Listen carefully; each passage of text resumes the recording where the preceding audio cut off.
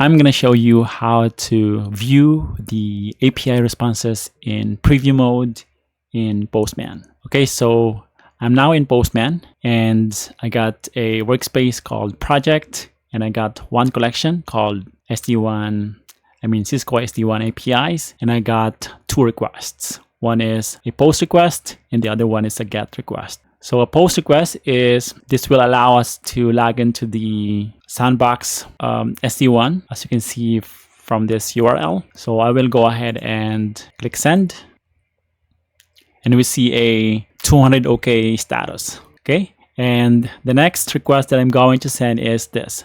So this will retrieve the list of SD-WAN devices, and let's see if it will work. I will click send. Okay, so now we see a 200 OK status as well. So request successful.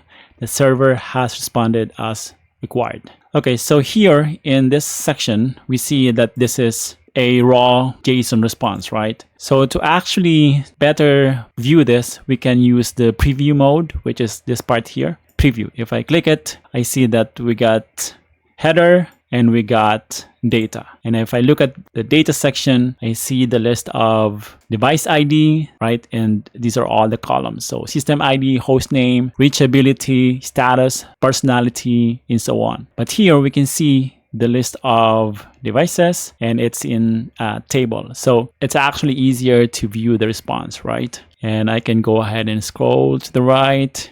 Yeah. And we can actually save this response to a file as a JSON file. So if I go ahead and click this three dots here on the right side, I can click save response to a file, and then I can save it as a JSON file. Okay, but you see that it's already saved, but I'm going to save it again. Place it. So I have opened the file and this is what it looks like. So it doesn't look readable because we're not using any pretty print, but we can actually open this in